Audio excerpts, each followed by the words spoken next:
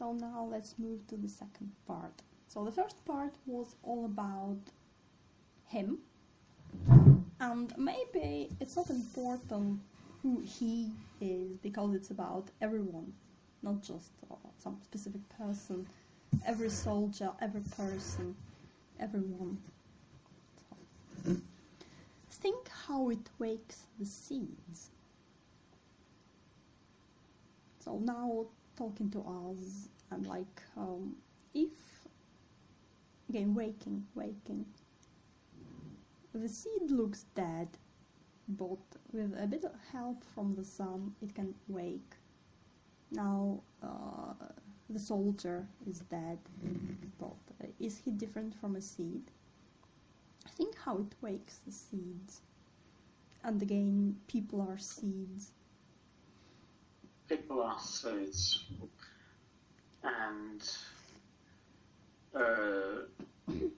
there's probably a reference to this gospel saying about a seed. Mm-hmm. Are you speaking? Because you're not moving there and there's no sound.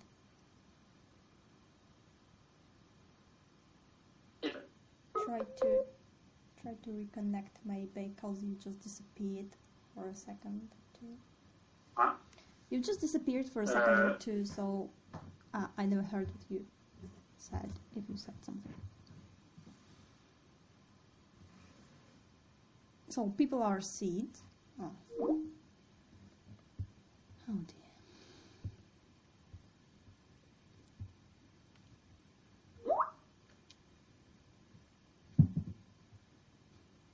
Is it better now? Yeah, better now. So people are seeds, and yeah, like we mentioned the story of the seed which has to die. Mm-hmm. Yes. So there's probably this, and there's a paradox because the seed has to die. Mm-hmm. The sun, in the first line of stanza 2, has to wake the seeds. Mm-hmm. So there's a sort of a contradiction. The seeds. It's more like confusion than contradiction, because they still don't know the line between sleep and death, and if there is a line.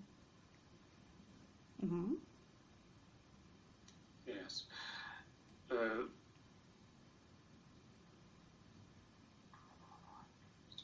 Well, with the seeds, there's hope. Maybe it's just as tiny as the seeds tend to be, but there's some hope. And it's this in hope is that all the other things become relevant. There's hope that the seeds are relevant and something new will start. And well, yeah. Mm-hmm. So now, while they say, think how it wakes the seeds.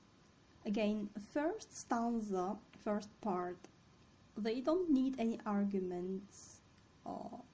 They are sure, they believe it 100%. Now they start to doubt. Now they need to persuade themselves that it will work. Like, well, it wakes the seeds, after all, you know. And if now we think of people as seeds, it's a whole new picture, a whole new idea. First of all, we come back to the fields and sown in the first part. Yeah, brings us back there. Then a seed is the potential. So while we are here, we are only the potential. We are seeds, we are promises. We need to move into the sun, move into God, to wake up, to be ourselves as we truly are, rather than seeds. Think how it wakes the seeds. And again, not just some specific seed, all seeds, everyone.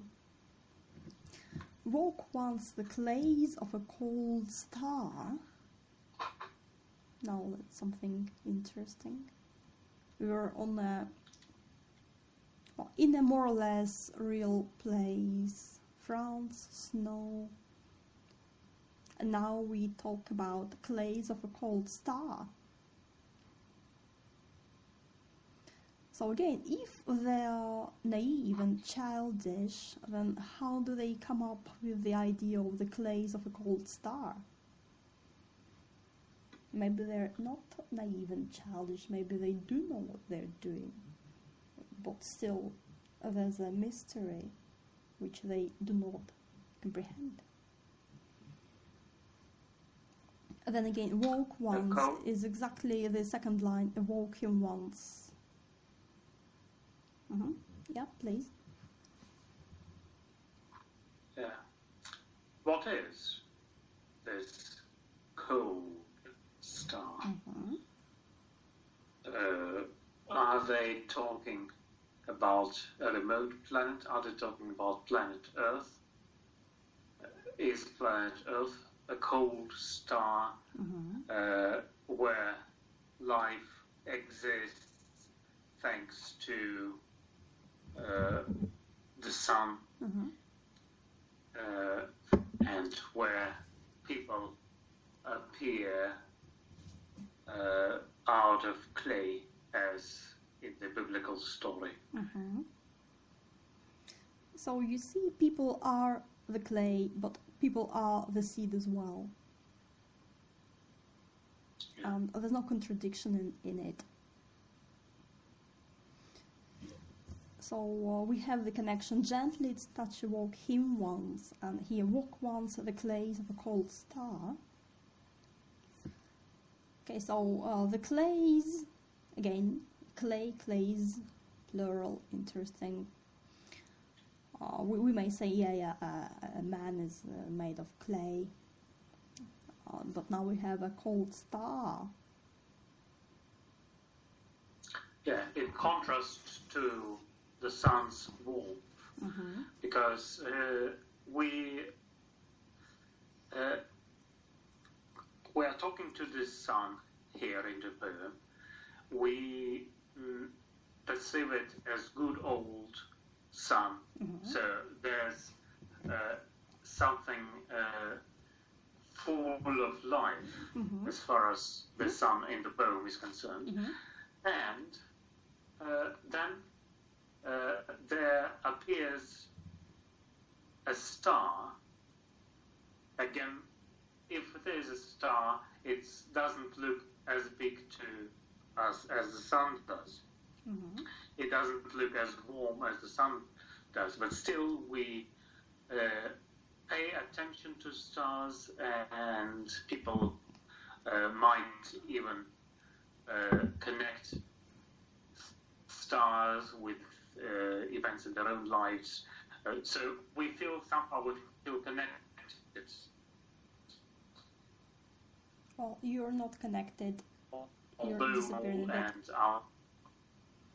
Again. Well, now it's normal. Maybe if you speak too fast, maybe, I don't know. Yeah. So the difference between maybe. So, but here the star is between. I'll try to speak slowly. And if the star is cold, it is invisible.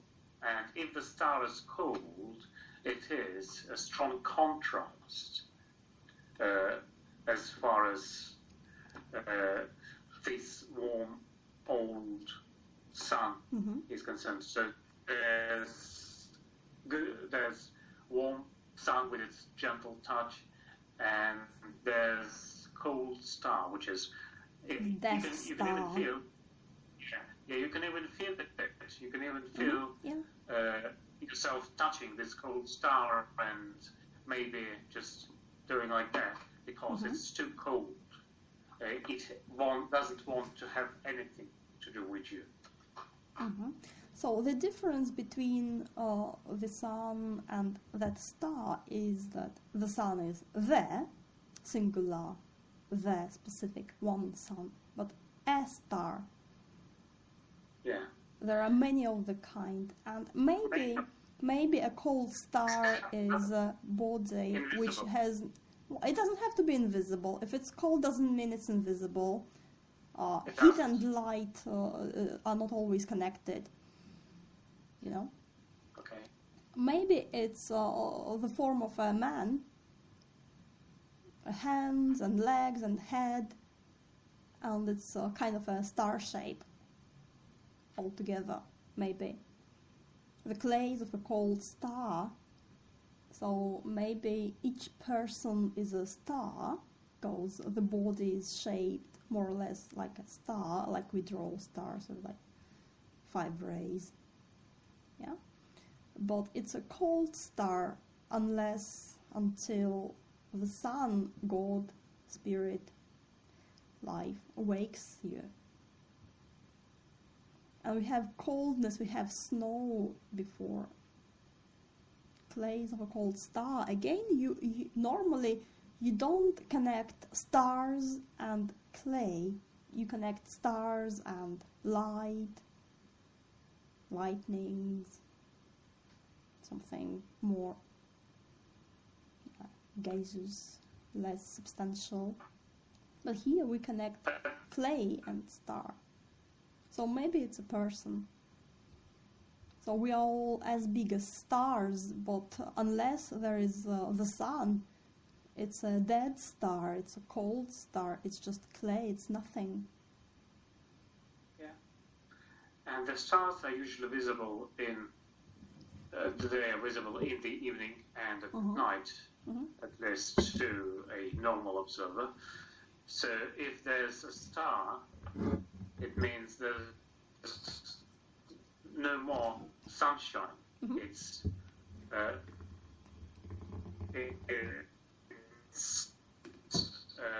we are now at night from our awakening in the morning, in the early hours of the morning. We are taken back to the period before sunrise. Or maybe it's not night time. Maybe we think about how it wakes the seeds, and that's earth below our feet, and then the clays of a cold star, and it's space, it's outer space, not just night, but we are out there with stars, galaxies, maybe. And the sun is everywhere. It's here beneath our feet, waking the seeds. It's out there, waking cold stars. And at the same time, it's all united in a man, because the man is the seed in the earth. It's clay, and a man is a cold star. Yeah, maybe. So that's a mysterious line, a little bit. But then we have the music, we have clays and cold, we have, wakes, walk, once. Once is like sun, because in the first part, sun, once are connected. Now we have star. Our limbs so dear achieved, our sides full nerved, still warm, too hard to stir.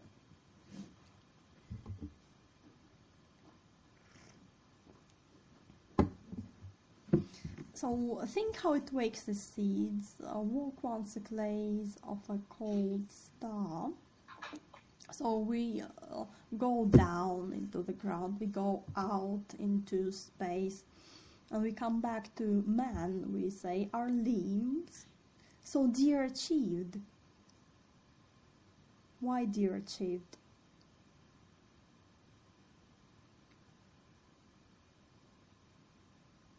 What does it mean, dear achieved limbs?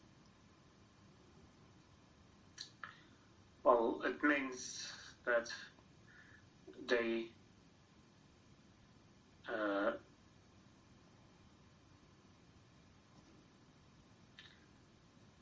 do come at a price.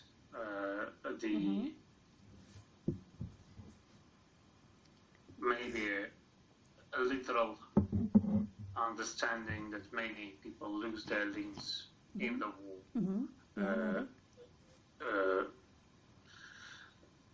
Means that if you are lucky enough to everything in place, then they are dear achieved, and again you might be killed in action without losing any of your limbs, because a bullet or a shell are enough to kill you. So this doesn't it look like an explanation to you? Yeah, could be. Oh, there's no wrong explanation. It's how you see it always. So there's never a wrong explanation as long as you don't wander off too far away.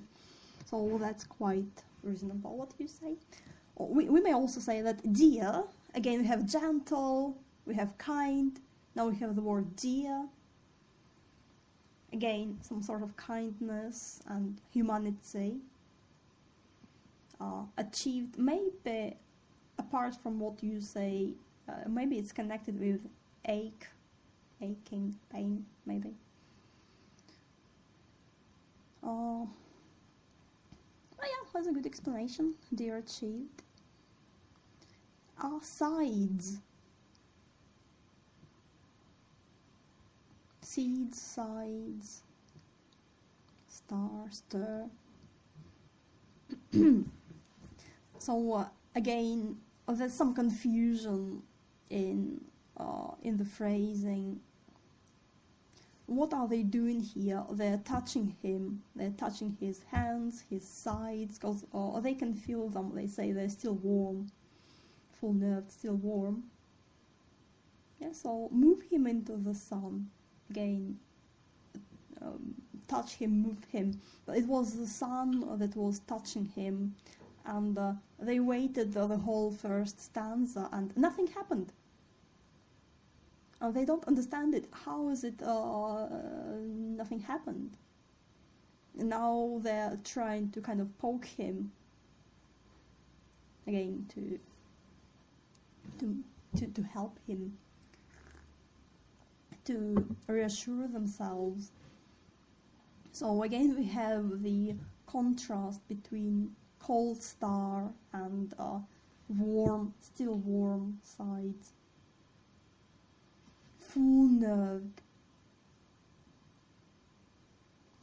And still warm is of course kind of creepy again, because it's like it's going to be cold, but it's still warm. Again, we are looking at that moment when life becomes death.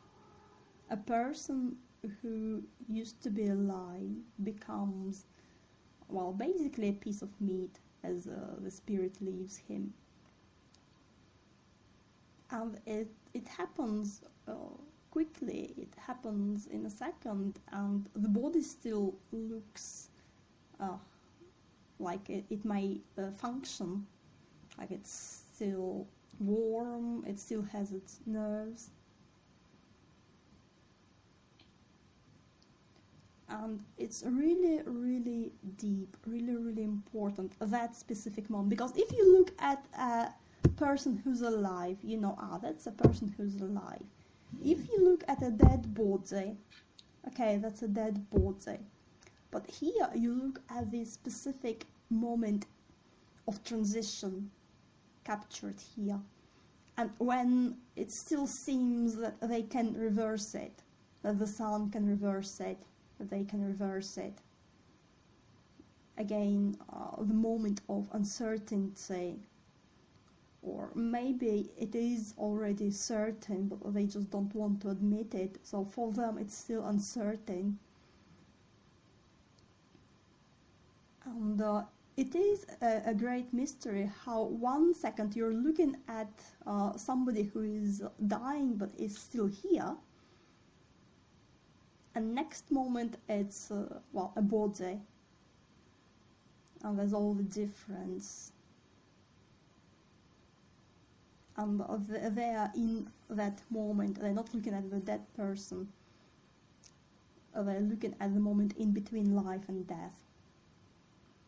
So really, it's really strong if you go into it. If you allow yourself to feel it, to connect with it. Our limp, so D achieved. Maybe they mean it was hard to get him out. Maybe he was injured and they went in for him and it was really dangerous, so they brought him back, and now he's dying. He's dead. How is it? We tried, we got him out. Can't be for nothing. Yeah, maybe. Yeah. So again, D achieved full nerved. It's not empty, it's full. Excuse me 1 second.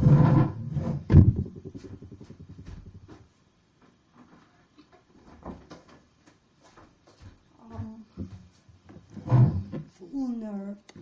Again, what makes you alive? It's just nerves. While they're here, is it warm blood? Well, it's still warm.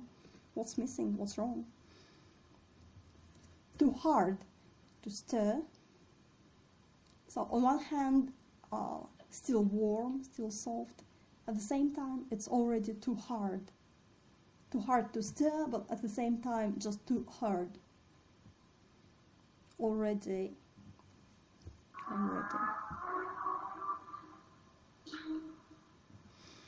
And yes. Stir, it's all moving. Again. More comments? No, I don't think so.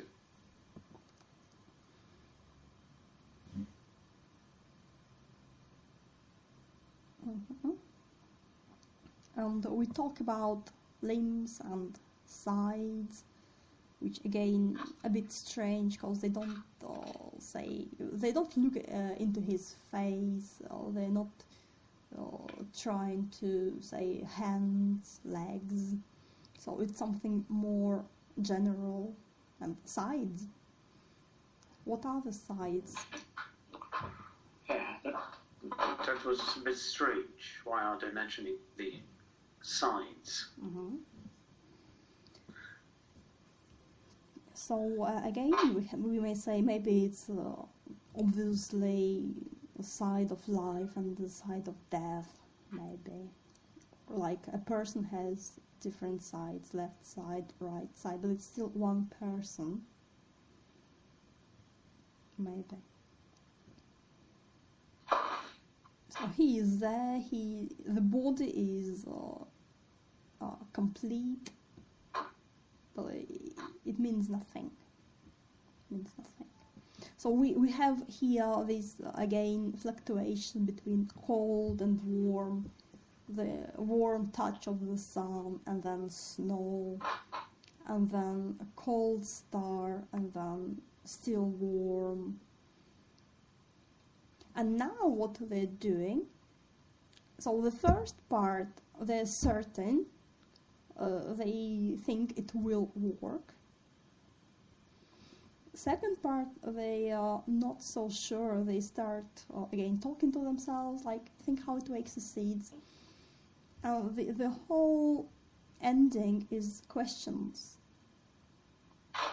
They start with the action statement, like, move him into the sun. No problem, just move him into the sun. And they say, always walk him. if anything might rouse him now, the kind of son will know. But then we have this pause between the two parts and nothing happens, and they start questioning and they start realizing. This is what happens. They they discover death. They start realizing that maybe it's not that simple as it seems to be. Is it too hard to stir? So now they're talking to the son.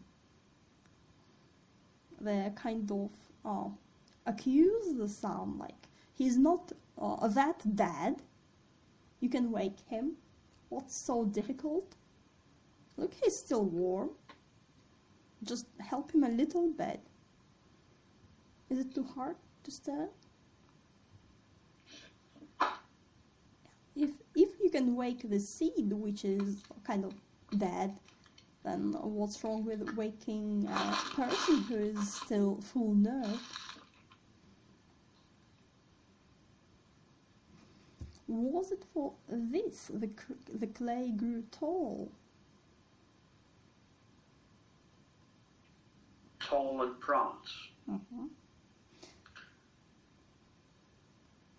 So now we have some existential questions. Oh yeah, questions that still remain questions without answers, although there are lots of attempts to answer them. Mm-hmm.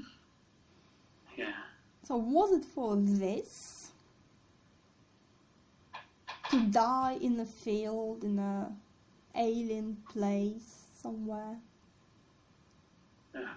And again, probably it's also because during the First World War, some of the soldiers didn't really understand what they were fighting for. Yeah.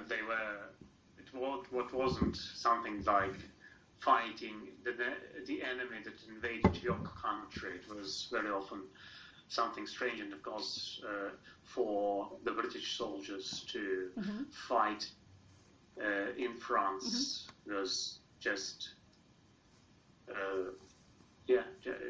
just something absolutely foreign to them. So is it, I can die for a good cause, but is it really a good cause to die for? And of course, if we imagine someone who is very anti-militaristic, he or she might say, is it really worth anyone's life to find himself dead in the war? But of course it also raises this fundamental existential issue of what is it that we live for. And I understand that the dead person in the poem didn't have the answer to that, probably didn't even think of that, and they only start to think of it when he dies. Of course, there's probably also the question that the poet asks himself. As far as I remember from a short biography written on this Poetry Foundation website, he also died in the same war, and thankfully he has written all these poems, and somehow we remember him because there's something tangible. Yeah. We just do not remember thousands of people who died sort of as nameless soldiers. We know that there were thousands of them, but we don't know their names. We don't really care for their names. They remain a mass of maybe it's it's not a massive thing. not that way. Maybe they don't need to have individual names. Like here, he has no name, it's him. But they all exist as one soldier, as the idea. Yeah. So we don't really need any specific names, maybe. Because, well, human memory is not that big, to be honest. But the impression, the image, again, you may say archetypes, they will always be around. Again, there was another interesting story, audiobook, short story related to the subject. How there was a train with a nameless soldier and the dead soldier, and he kind of represented all soldiers. So maybe it's just him. Because really, when we speak about it, we don't care about names, we care about story. We may not remember names, but we do remember story. And that is what remains with us in our genes, in our story genes, genetic myth, I don't know, how do you call it? Cultural genetics, maybe. It never goes away. Because it becomes more than just specific people. It becomes universal. When you think about one of them, you think about all of them. And that includes you somehow, because we're all connected. And what happened to them, that the same happens to you. We still carry it with us. So the clay grew tall. So the clay is of a cold star. The clay here is really interesting. It's not just a bit of earth. It comes from a cold star. Maybe he refers to that idea that all elements come from decomposed stars. If you believe in it, you don't have to believe in it. Because again, it's just a theory. Maybe that's what he means, that the elements, the physical elements, come from somewhere, from a cold star. But it's our sun here, which makes you alive. So in a way, you're alien. But you're not alien because life comes from the sun here. And here the clay also alive. It's not just a bit of mud. It can grow tall. Yeah, like you say, maybe tall in the sense of proud, maybe. But tall becomes toil. Yeah. Tall, also growing tall, unaware of its future. Mm-hmm. And you are tall and beautiful, and then you just die somewhere in the war that you wage for an unknown purpose, something like that. Mm-hmm. Yeah.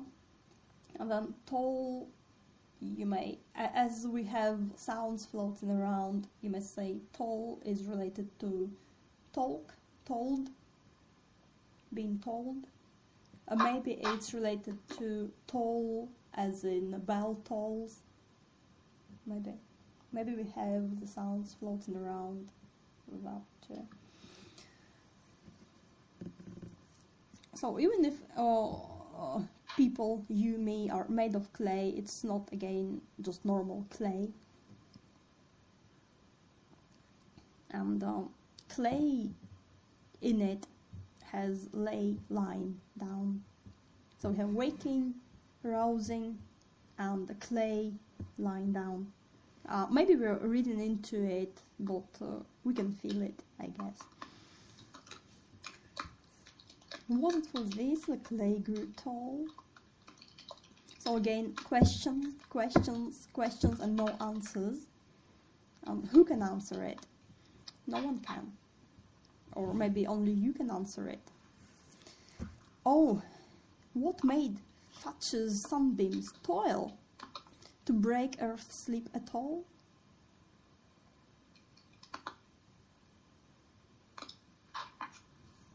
So it's kind of, maybe it's inventive, maybe it's just interesting about how the clay grew tall and then it's broken to break. Tall is broken at all. All. You can see it. Yeah. So, what made Thatcher's sunbeams toil to break Earth's sleep at all? So why Thatcher's?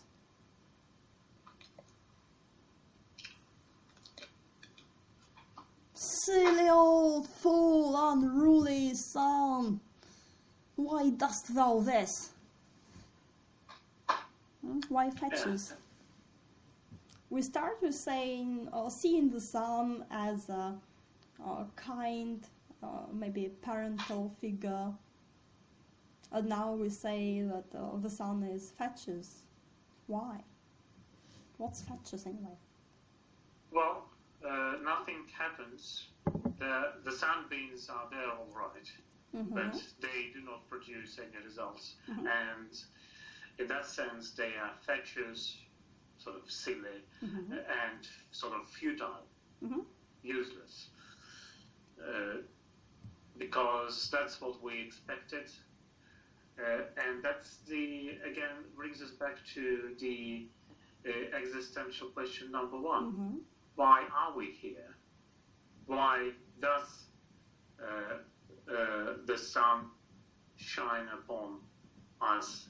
Why does the sun shine upon both good people and evil people? Why does the sun shines even when there's war going on? Yeah, then Thatcher's is a very interesting word. On one hand, it's like silly or stupid. You may say fat.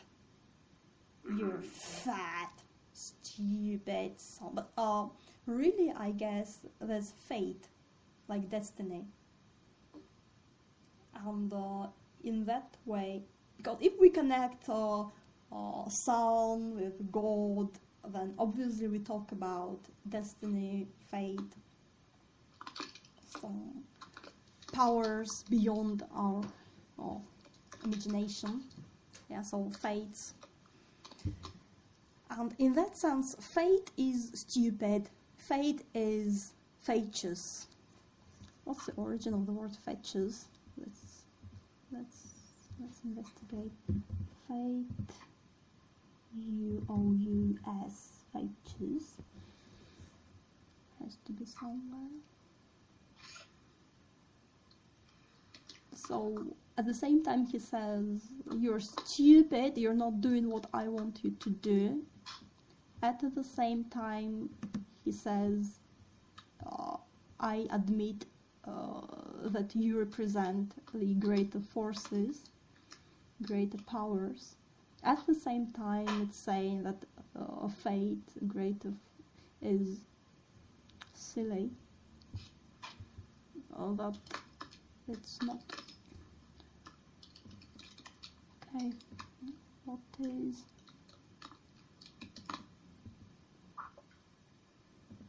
Where is it? Okay, Latin fatus, foolish. Okay, not very helpful. But I guess it's related to fate. You can imagine, must be, because it's like logical. It's destiny. It's not logical. It's just destiny. So it's silly. It's stupid. It's not a plan. It's not again not logical. Not what you may expect. It's just what happens. So Thatcher's, sunbeams, Thatcher's sunbeams. So not just the sun here, but sunbeams. the first time when we look at sunbeams rather than the sun, even though we obviously look at sunbeams like the sun gently its touch walking once, how it wakes the seeds. But now we have specifically sunbeams. Maybe sunbeams beaming like a big smile, bright smile. So it's like smiling like an idiot, fetches sunbeams, and toiling. And why? Why are you doing it? You're working, but you're like an idiot. You don't know why you're doing it. Maybe. Yeah, but that's because we don't know why doing it. So what made Thatcher's sunbeams toil? And again, it is a work, it's a toil, it's hard work. They've been busy to break Earth's sleep at all. So again, toil, at all. That break, that amazing break. I really love it. How toil literally gets broken at all. And finally, they admit death, because before they were talking about waking. Woke him, wakes the seeds, woke, waking. But now, in the end, we come to sleep. The opposite. They finally admit that there is sleep.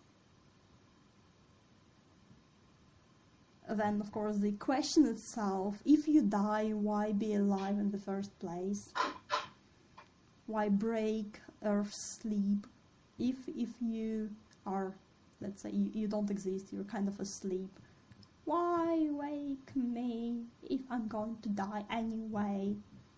Which again is a question which is asked again and again. Who can answer it?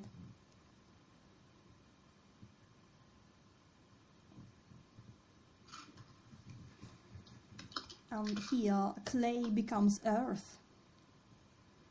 So clay, we imagine usually just a piece of clay, but earth is whole humanity, and earth is like mother, because the sun is like father, and earth is like mother, and we put seeds into earth, and they wake up and they grow, but the earth itself is asleep. And maybe, again, that last line, earth and sleep and that break, maybe that again, kind of a reference to them acknowledging death, because they know they'll have to put him into earth now, where he's going to sleep forever. And again, we finish with a question which can never be answered. We start with being really self-assured and certain, like, oh, I can do anything, I'm all powerful, I'm almighty, there's no problem, I know what to do. And then we realize that it is not so, and we're left confused with lots of questions, but at the same time we have grown, we have changed. Now our self-image in how we see ourselves and reality, we are less self-assured, less arrogant, but the universe, the world around us became much bigger, much more mysterious, less straightforward. And in a way, it's also a story of growing up, because the first part is kind of a childish attitude while the second part is when they grow more mature. So what is futility? Why is it futility? Futility to bring a person back to life, or what? Or futility to bring a person to life in the first place. Mm-hmm. So I guess there's a connection again between futility and fatuous in the sound and the words. So maybe it's like fate and fatuous and futility. So what's futility in your vision?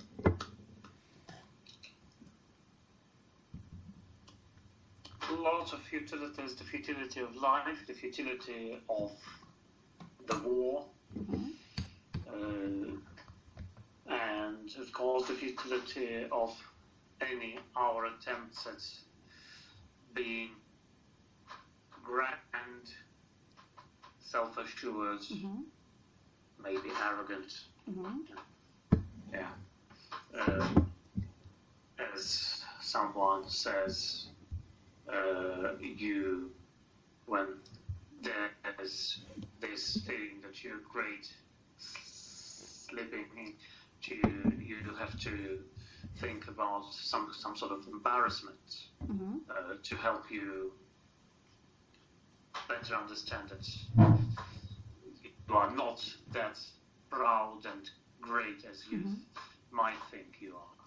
Yeah, and maybe. Here, and here we see the world not only as being beautiful, but also as being terrifying, full of sorrow, full of questions without answers. And maybe when they say full-nerved, they also talk about themselves maybe starting to lose the nerve. Maybe. Yeah. So it's a very interesting poem. Again, it looks so tiny, so small, and yet again, look how long it's taken us to get through it. It's really rich, it's really deep, and the more you connect to it, the more you will see. And the connections and how we never see them, we never really see him, but we are present, and we have that kind of triangle, us or them and him, who is an example, who is our object, and the sun.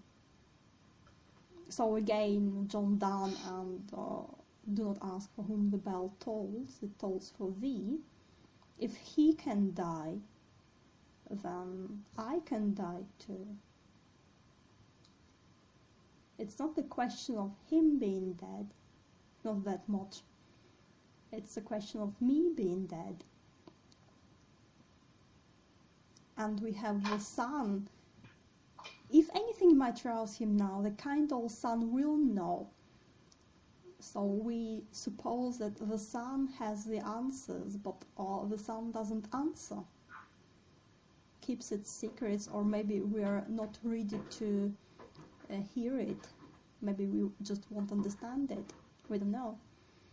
So it's the triangle, but it's not really a triangle. Really, it's us and the sun, and him as us, an aspect of us, us from future.